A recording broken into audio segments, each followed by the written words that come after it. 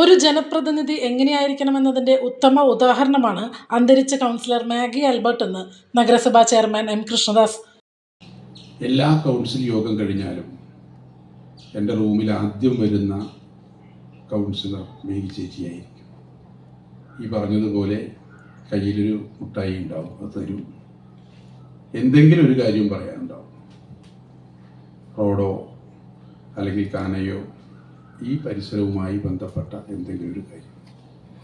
ചിലപ്പോഴെങ്കിലും ഓഫീസിൽ ചേംബറിൽ മറ്റാളുകളുണ്ട് എങ്കിൽ അവരുടെ മുമ്പിൽ വെച്ച് ഇനി പറഞ്ഞാൽ അത് നടക്കാതിരിക്കുമോ എന്ന് കരുതിയിട്ടാവാം പോകുന്നതുവരെ കാത്തിരുന്ന് സ്വകാര്യത്തിൽ വന്ന് ചെയർമാനെ അതൊന്ന് ശരിയാക്കി തരണം. തീർച്ചയായിട്ടും എങ്ങനെയായിരിക്കണം ഒരു ജനപ്രതിനിധി സ്വന്തം നാടിനോട്, നാട്ടിലെ ജനങ്ങളോട് കടപ്പെട്ടിരിക്കുന്നു എന്നത് നമുക്ക് മേഗി ചേച്ചിയുടെ പ്രവർത്തനങ്ങളിലൂടെ കാണാൻ സാധിച്ചിട്ടുണ്ട്. മാഗി ആൽബർട്ടിന് ആദരാഞ്ജലി അർപ്പിച്ചുള്ള സർവകക്ഷി യോഗത്തിൽ പ്രഭാഷണം നടത്തുകയായിരുന്നു അദ്ദേഹം.